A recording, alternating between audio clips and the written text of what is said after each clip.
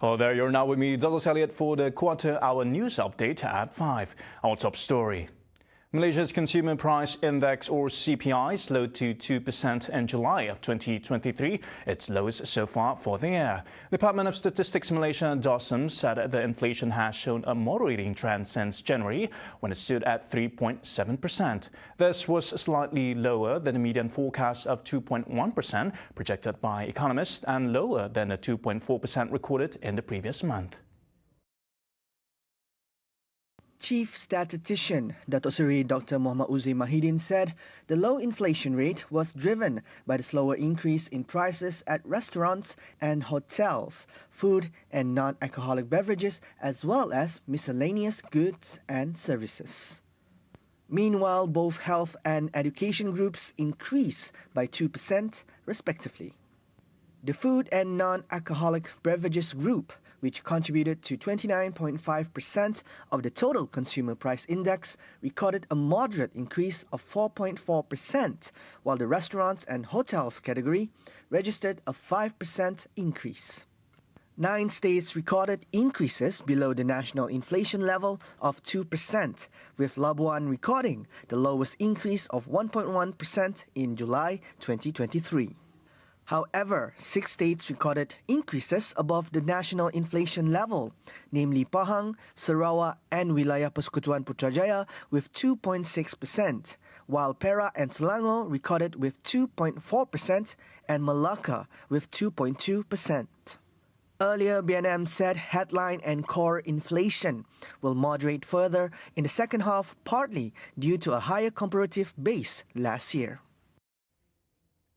In other business update, Bank Negara Malaysia, Bank Indonesia and the Bank of Thailand have signed 3 bilateral Memoranda of Understanding MOUs to strengthen cooperation in promoting bilateral transactions in using local currencies between the 3 countries. The scope of the framework has been expanded to include more eligible cross-border transactions beyond trade and direct investments, which would be implemented gradually. The new framework will also synergize with cross-border payment initiatives for more accessible and efficient local currency settlements, thus enhancing the regional financial market stability while also strengthening cross-border economic activities and the local currency markets in the 3 countries. The bilateral MOUs were signed at the sidelines of the ASEAN Finance Ministers and Central Bank Governors meeting in Jakarta, Indonesia, with BNM represented by its Governor, Datuk Seri Abdul Rashid Ghaffur. The new memorandum will supersede the previous MOUs signed between the 3 central banks in 2015 and 2016, respectively.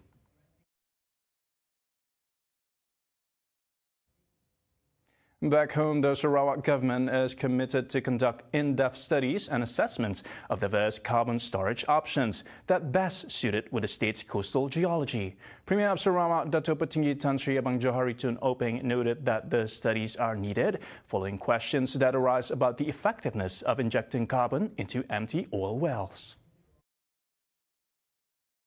But whatever it is, the policy must be there for us to make use of our geological advantage to store carbon, because it's not easy so to submit, because the environment must be there, particularly the geological structure of our soil.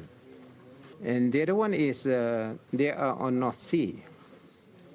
And then there is a difference in terms of water level or the depth or the draft of water, because we are in the continental shelf and we are, the shelf is gradient is like that, regular. So there could be other option. I mentioned about barges, flat bottom barges that can be used to store carbon before it is injected. Abang Johari told this to reporters at a press conference in Oslo, Norway on Thursday. Meanwhile, he also highlighted the state government's intention to identify cutting-edge technologies for determining optimal carbon storage locations, both on land and offshore. Similarly, Premier of Sarawak Dato' Petinggi Tan Sri Abang Johari Tun Openg announced that Sarawak's oil and gas company Petroleum Sarawak Berhad or Petros will collaborate with carbon capture and storage CCS companies from Norway.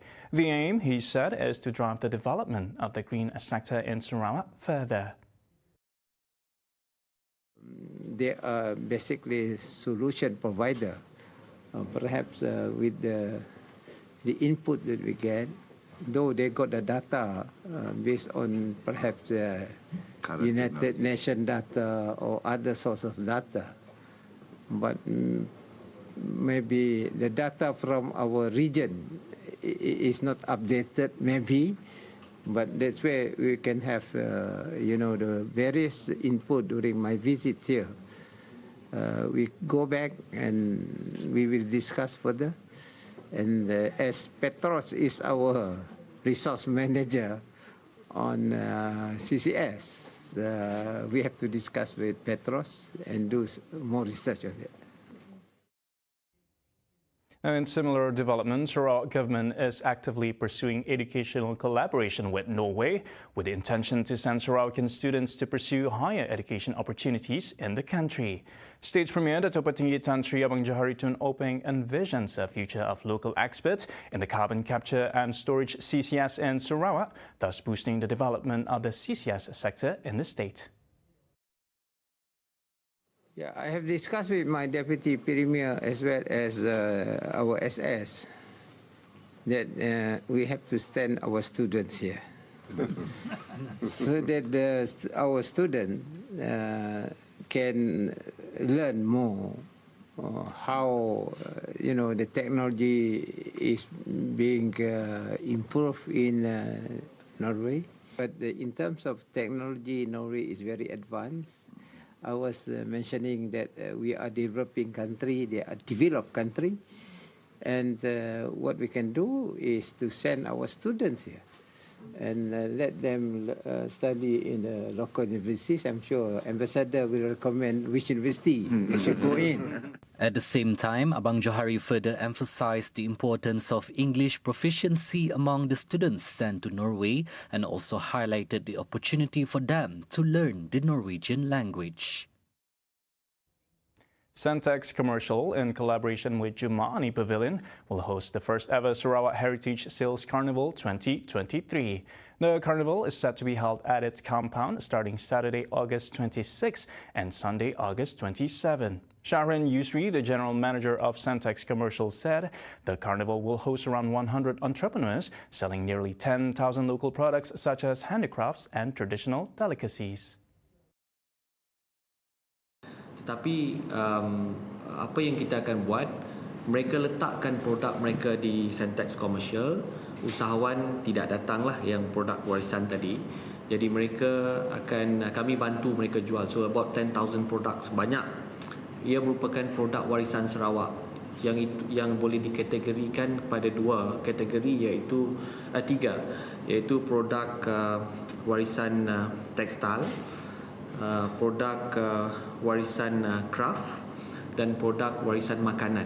He told reporters during the Sarawak Heritage Sales Carnival 2023 press conference at Jumani Pavilion earlier today.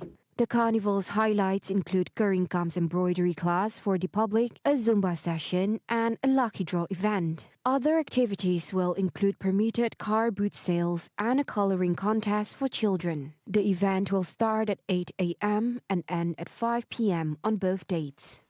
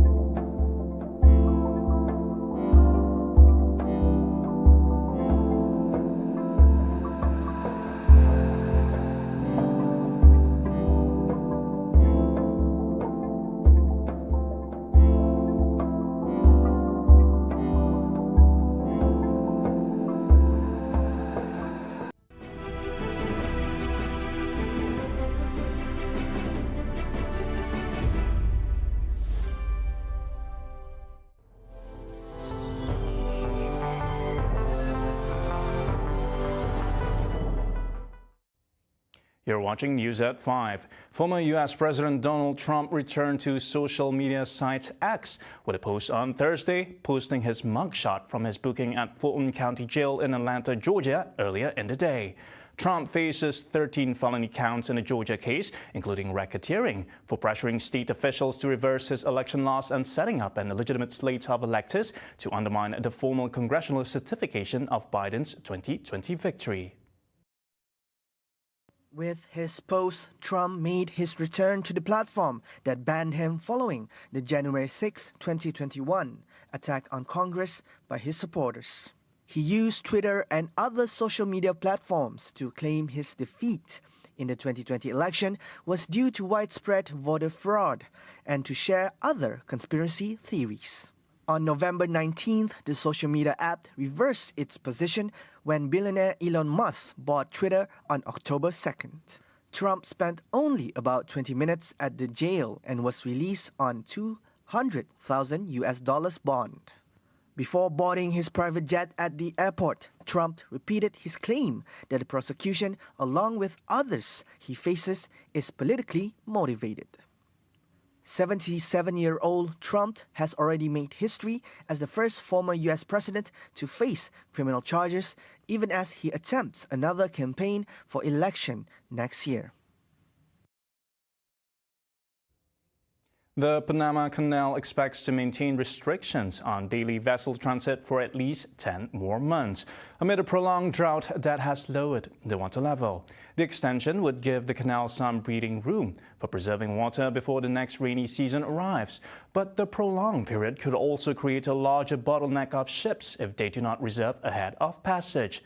Earlier this year, the Canals Authority began imposing restrictions, which caused a backlog of vessels waiting to pass. The curbs have also forced vessel owners to lighten their cargoes or shift to alternate routes as flight costs increase for certain routes. More than 200 vessels were stuck at the canal on Wednesday, but has since decreased beginning Thursday. A naturally occurring El Nino climate pattern is contributing to the drought.